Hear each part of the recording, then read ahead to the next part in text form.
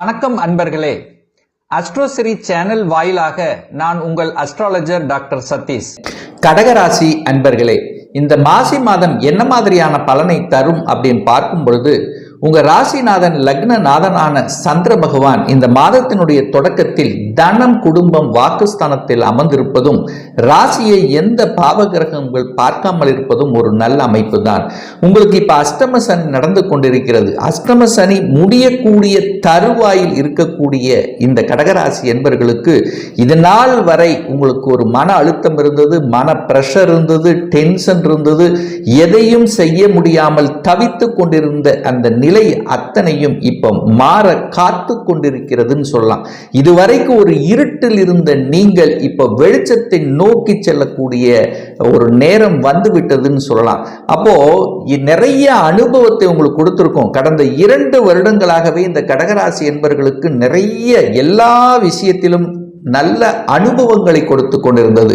குடும்பம் சார்ந்த விஷயங்கள், பணம் என்ன என்ன, உறவு என்ன என்ன, வேலை என்ன எப்படி இருந்தது. ஸோ இந்த மாதிரி எல்லா விஷயத்திலும் சில அழுத்தம் பிரஷர்களை கொடுத்து கொண்டிருந்த நீங்கள் இப்போ விடுதலை பெறக்கூடிய தருவாயில் இந்த மாசி மாதம் இருக்கிறது அப்படிங்கிறத ஸ்ட்ராங்கா நம்ம சொல்லலாம்.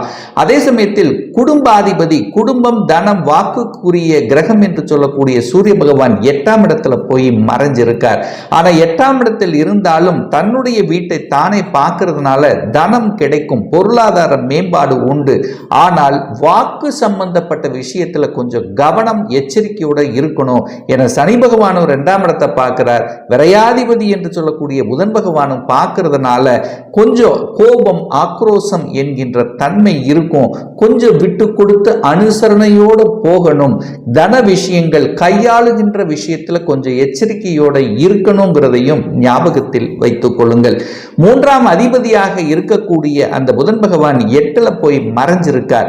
அப்போ 3க்கு காரக கிரகம் என்று சொல்லக்கூடிய செவ்வாயும் போய் 12இல் மறைஞ்சிருக்கிறதுனால சகோதர சகோதரிகள் சார்ந்த விஷயத்துல கொஞ்சம் கவனம். என்ன கவனம்? சின்ன சின்ன கருத்து வேறுபாடுகள் வருவதற்கான வாய்ப்புகள், அவர்களுடைய உடல்நலம் சார்ந்த விஷயத்திலும் சின்ன தொந்தரவு கொடுப்பதற்கான சந்தர்ப்பங்கள். 3க்குரியவன் 8ல இருக்கிறதுனால யாருக்கும் ஜாமீன் கையெழுத்து அப்படிங்கிறது போடக்கூடாது. தகவல் தொடர்பு துறையினால சில விஷயத்துல பார்த்தீங்கன்னா ஏதாவது ஒரு தொந்தரவு வருவதற்கான வாய்ப்புகளை உருவாக்கும். இதை கம்யூனிகேஷன் சார்ந்த விஷயத்தில் தொந்தரவு தரும். அதே சமயத்தில் இந்த ஊடகம் சார்ந்த விஷயத்தில் இருக்கின்றவர்களுக்கு கூட கொஞ்சம் அழுத்தம் பிரஷர் இருக்கக்கூடிய வாய்ப்புகள் இருக்கிறது. கொஞ்சம் எச்சரிக்கை உணர்வோடு இருக்கணும். எந்த ஒரு விஷயம் புது விஷயங்கள் செய்தாலும் கொஞ்சம் யோசிக்கணும் என்பதையும் ஞாபகத்தில் வைத்துக் கொள்ளுங்கள்.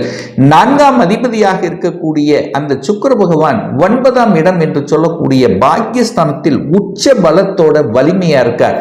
அப்ப 4க்குரியவன் வலிமையாக இருக்கும் போது என்ன, சுகத்தை பெருக்கிக் கொள்ளக்கூடிய ஆர்வங்கள் இருக்கும். தாய் நன்றாக இருக்க போகிறது. தாய் ரீதியாக இருந்து வந்த பிரச்சனைகள் தீர்ப்பதற்குண்டான ஒரு மாதமாக இருக்கிறது. தாயினுடைய சொத்துக்கள் எதிர்பாராத விதத்தில் உங்களுக்கு நன்மை தரப்போகிறது. தாயினுடைய சொத்துக்கள் விற்காம இருந்தது அல்லது ஒரு பிரச்சனைக்குரியதாக இருக்கு, தாய் வர்க்கம் ரீதியாக பிரச்சனையை அனுபவித்துக் கொண்டிருந்தவர்கள் அது வெளிவருவதற்கான சாத்தியக்கூறுகளை நிச்சயமாக உருவாக்கும். சொத்துக்கள் வாங்க முடியல, சொத்துக்கள் வாங்கியிருந்தாலும் ஒரு வில்லங்கமாக இருக்கிறதுன்னா அதெல்லாம் சரி செய்யக்கூடிய ஒரு காலகட்டமாக அமையும். இருந்தாலும் இப்போ வீடு வாங்கக்கூடிய யோகம் இருக்கன்னா இருக்கிறது, அதுல எந்த மாற்று கருத்து இல்லை. ஆனா டாக்குமெண்ட்டுக்கு காரக கிரகமான புதன் போய் 8ல மறைஞ்சிருக்கின்ற காரணத்தால எப்போ எது வரைக்கும் கொஞ்சம் கவனத்தோட இருக்கணும் அப்படின்னா இந்த மாசி மாதம் 15 வரைக்கும். ஏன்னா புதன் போய் 8ல மறைஞ்சிருக்கிறதுனால டாக்குமெண்ட் நீங்கள் எது வீட்டு வாங்கினாலும் இடம் வாங்கினாலும் எல்லாமே பர்ஃபெக்டா இருக்காங்கிறத ஒரு தடவைக்கு 2 தடவை யோசித்து செய்யணுங்கிறது மட்டும் ஞாபகம் வச்சுங்க.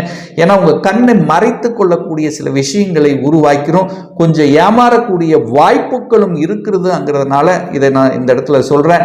5ஆம் அதிபதியாக இருக்கக்கூடிய அந்த செவ்வாய் பகவான் 12ஆம் இடத்தில் இருந்தாலும் குருவினுடைய பார்வை 5ஆம் இடத்தின் மீது பதிவது ஒரு நல்ல தன்மையை குறிக்காமிக்கிறது. கடவுளினுடைய அனுகிரகம் உண்டு. யாத்திரைக்கு செல்லக்கூடிய வாய்ப்புகள் இருக்கு. அது குறிப்பாக குலதெய்வத்துக்கு சென்று வரக்கூடிய பாக்கியம் இருக்கு. குலதெய்வத்தை நன்றாக வணங்கி வந்தால் என்ன கஷ்டங்கள் இருந்தாலும் அந்த கஷ்டங்களை போக்கக்கூடிய அம்சம் இந்த காலகட்டம் உங்களுக்கு சிறப்பை பெறும் அப்படின்னு சொல்லுவேன். குழந்தைகள் நன்றாக படிக்கக்கூடிய அமைப்பு உருவாகிறது. என கடந்த 2 வருடங்களாகவே குழந்தையினுடைய படிப்பு சார்ந்த விஷயத்தில் ஒரு மந்தத்தன்மை, ஒரு மறதித்தன்மை, ஒரு டல்லாக இருக்கிறது. அதாவது தான் நினைக்கிறதை சாதிக்க முடியலையே என்கின்ற தன்மை இருந்தது.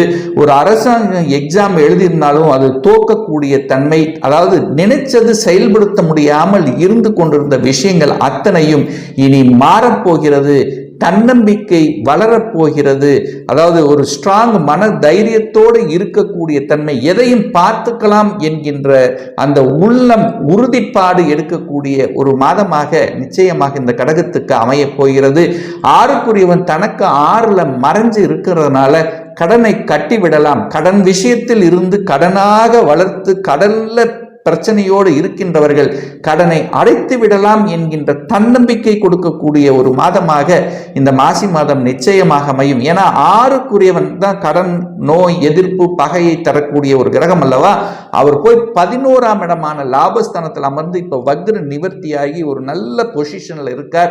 அதுவும் 11ஆம் அதிபதி 9ஆம் இடத்திலும் 9க்குரியவன் 11ஆம் இடத்தில் அந்த பரிவர்த்தனை யோகம் பெற்று வலிமையாக இருக்கிறதுனாலையும் கடன்னால இதுவரைக்கும் கடன் வாங்க முடியாதவர்கள் இப்ப கடன்னால அதாவது ஒரு அபிவிருத்தி செய்யலாம் என்கின்ற எண்ணத்தை கொடுக்கும். கடனை கட்டிவிடலாம் என்கின்ற தன்னம்பிக்கை கொடுக்கும். கடனை வாங்கி நம்ம ஜெயிக்கலாம் என்கின்ற உணர்வோட்டங்களையும் தரும். எதிர்ப்பாளர்கள் உங்களை விட்டு விலகி செல்லக்கூடிய தன்மை, யார் என்று இதுவரைக்கும் தெரியாம இருந்தா கூட இப்ப தெரிஞ்சு அவங்களை விட்டு நீங்க விலகுவது, அவங்க உங்களை விட்டு விலகுவது அல்லது வெற்றி காண்பது. அப்போனா எதிர்ப்புகள் விலக அல்லது எதிர்ப்புகள் வெற்றி கொள்ளக்கூடிய ஒரு காலகட்டமாக இந்த மாசி மாதம் அமையும். ஹெல்த்தில் ஒரு தொந்தரவு நிறைய பேருக்கு பார்த்தீங்கன்னா இந்த கடகராசி என்பவர்களுக்கு ஹெல்த் தொந்தரவு பிரச்சனையாக இருந்தது. ஒரு சிலருக்கு அறுவை சிகிச்சை செய்யக்கூடிய தன்மை இருந்தது. ஒரு சிலருக்கு ஏதாவது விபத்து ஏற்பட்டு அதனால சில மன அழுத்தங்கள் கொடுத்தது. ஸோ இந்த மாதிரியான தன்மை இருந்தவர்கள் எல்லாம் அதிலிருந்து மீண்டு ஒரு தைரிய உணர்வோடு வெளிவரக்கூடிய தன்மைங்கிறது இருக்கு. நெடு நாட்களாக ஒரு 2 வருடங்களாகவே ஒரு உடல் தொந்தரவு பாதிக்கப்பட்டிருந்தவர்கள் கூட இந்த மாசி மாதத்திலிருந்து மீண்டெழுவதற்கான வாய்ப்புகள், சந்தர்ப்பங்களை கொடுக்கக்கூடிய ஒரு காலகட்டம்.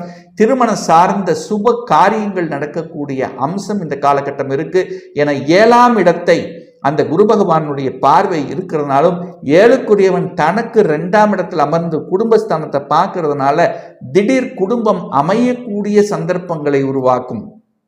அதாவது இந்த 2 வருடங்களாகவே குடும்பம் அமைந்தது. ஆனால் குடும்பம் 2 இடத்துல இருந்தது. அதாவது என்ன, கணவன் ஒரு சைடில் இருந்தது, மனைவி ஒரு சைடு இருந்தது. எதனால் இருக்கலாம்? வேலை பளுவாக இருக்கலாம், அல்லது வேலையாக இருக்கலாம், அல்லது சின்ன கருத்து வேறுபாடுகளாக இருக்கலாம்.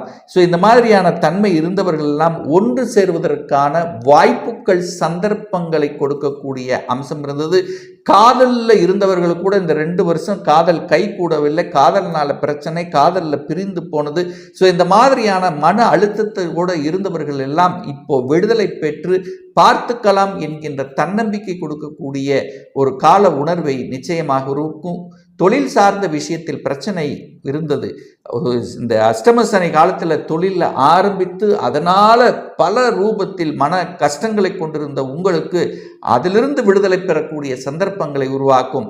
சாதிக்கலாம், ஜெயிக்கலாம், நிறைய அனுபவத்தை கொடுத்ததல்லவா. இப்போ அந்த அமைப்பு இருக்கிறது.